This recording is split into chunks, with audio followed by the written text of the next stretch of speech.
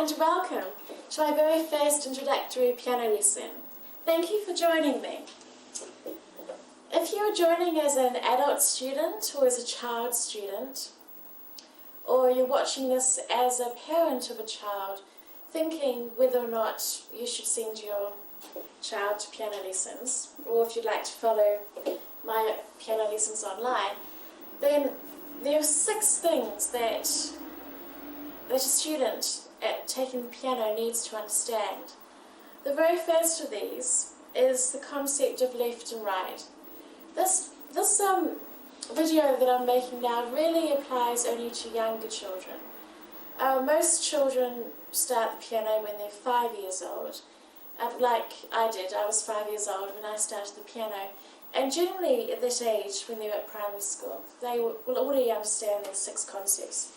But if you'd like your child to start the piano when they're younger, around 3 or 4 years old, then you should first of all consider whether or not your child understands and fully grasps these 6 concepts.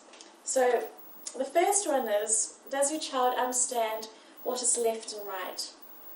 For example, your hands. Does a child know which is their left hand and which is their right hand? This is also relevant when we are on the piano. If I say to a student, would you please move up to the left, go to the left of the piano, go to the right of the piano, or use your left hand, use your right hand. This moves me on to the next concept, which is distinguishing and identifying what is up and what is down. So not just jumping up and down, but moving up and down vertically as well as horizontally.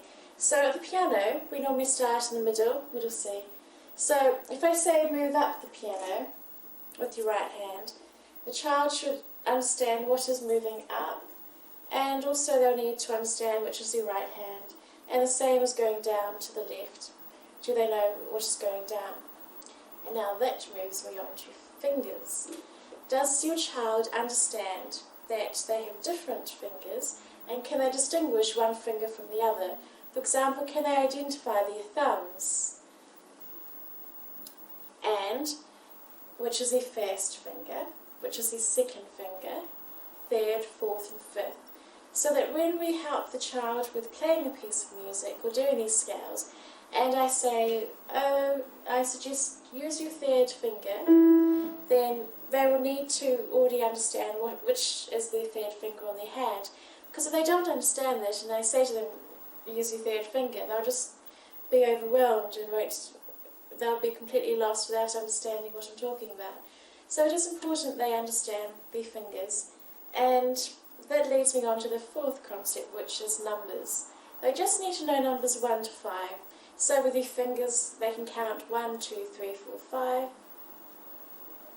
And also you'll understand the concept of what makes up 4. Like, for example, if they have apples, that 4 is equal to 4 apples. So they can add 1, 2, 3, 4. And 3 is 3 apples, and so on. Now the 5th concept is patterns. So that also relies on numbers. If we're talking about groups of 2, can they find the patterns on the piano where there are 2? For example, just 2 black notes. Can they find them? And can they tell the difference between lots of 2 from the lots of 3 on the piano? And the 6th and final concept is the alphabet. But it's only the first 7 letters of the alphabet, A to G.